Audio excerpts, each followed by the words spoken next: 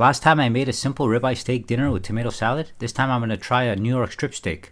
The sides are going to be some roasted Yukon Gold potatoes and a tomato cucumber salad.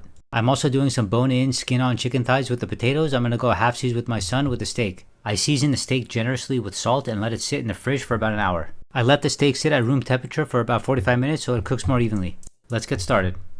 On medium-low heat, but more toward medium, I like to call this medium-medium-low, or MML for short. I preheated the pan for about 4 minutes.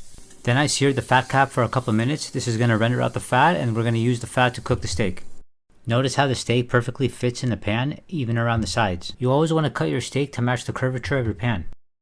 I'm just kidding, it just happened to be the case that it fit like this. But it worked to my advantage because I was able to sear more of the edge at the same time.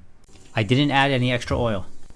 I'm doing the shake test here to see if it's ready to flip, and you can see it's stuck to the pan right now. So we're going to give it another 30 seconds. It's no longer sticking, so now I'm going to start searing one side. We got some nice color on the fat cap.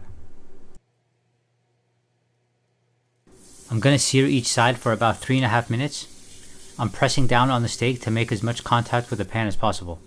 I seasoned the steak earlier with salt, but I'm going to give it another light dusting. Once the steak naturally unsticks from the pan, we're going to flip and go another 3.5 minutes on the other side. Another light dusting of salt.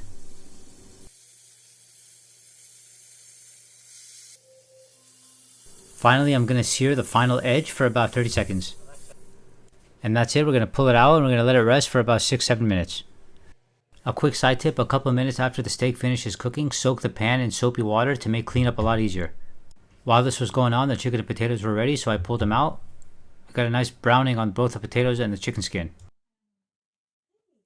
Potatoes are looking good, they're nice and fluffy on the inside. Alright, time to dive in.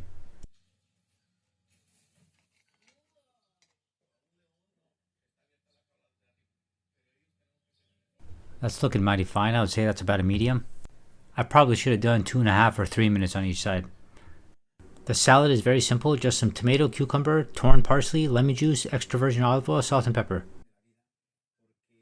I just realized I forgot something, so I'm gonna go get it. I like my steak very peppery, so I'm gonna hit it with a nice mound of fresh cracked black pepper.